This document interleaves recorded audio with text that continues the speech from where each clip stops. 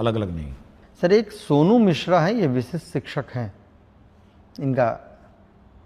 इनका कहना है कि सर आपके द्वारा शिक्षा की बात हर शनिवार कार्यक्रम के माध्यम से शिक्षकों की कई सारी समस्याओं का समाधान किया जा रहा है, जिसके लिए बिहार के तमाम शिक्षक आपके प्रति कृतज्ञ हैं।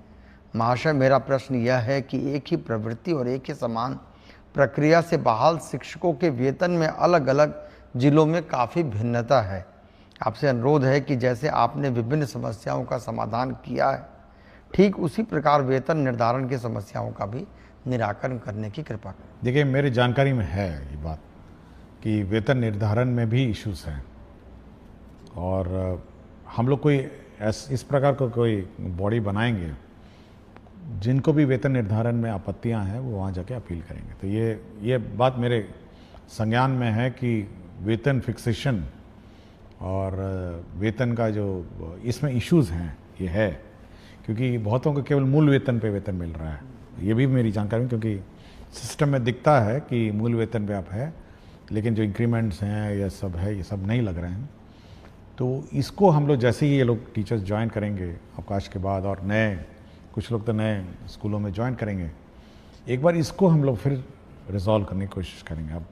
अभी हम लोग की जो ताबड़तोड़ व्यवस्था है वो ये है कि कम से कम लोगों का वेतन शुरू हो जाए। किसी का प्रान नंबर गलत हो रहा है, किसी का आधार मैपिंग गलत हो रहा है, और ये सब बहुत अभी इश्यूज अभी भी हैं, और सक्षमता के साथ इश्यूज हैं, TRE1 के साथ इश्यूज हैं, किसी ने कुछ प्रान भर दिया, किसी का कुछ प्रान है। तो ये अभी फायर फाइटिंग इसी में चल रही है।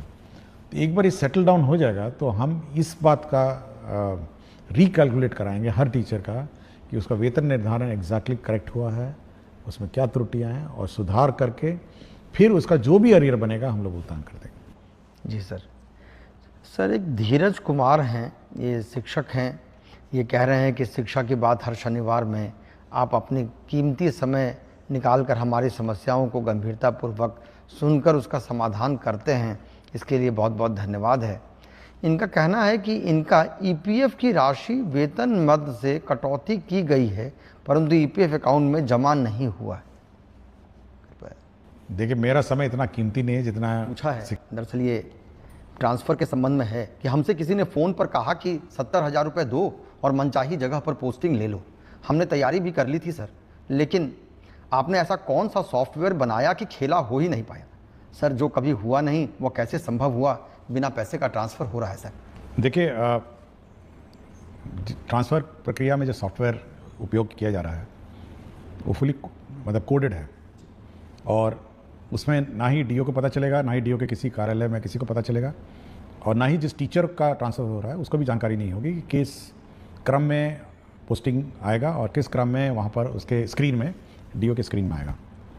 केवल DO के स्क्रीन में ये केवल आता है कि ये विषय है और ये इनके ऑप्शंस हैं, और इसके अलावा कुछ नहीं आता वहाँ पे। इसलिए मैं भी नहीं पता कर पाऊँगा क्योंकि इतना कोडेड है, और अंतिम में जब फाइनली DSC के डायरेक्टर प्राइमरी एजुकेशन के पास आएगा तो इसकी फिर समीक्षा की जाएगी कि वास्तव में ये फार्मूला के अनुसार करेक्ट है या नहीं है। इसलिए यदि अगर कोई झांसा देता है कि हम आपका करा देंगे तो या तो साइबर ठगी होगा, जैसे अन्य ठगी नहीं होते हैं कि फ़ोन करके पैसा मांगते हैं, OTP मांगते हैं। तो मेरा अपना अनुमान ये कहता है कि इसी प्रकार का कोई ठग है जो फ़ोन करता है, और मैं देखा था एक दो अखबार में भी किसी ने इसका उल्लेख किया था।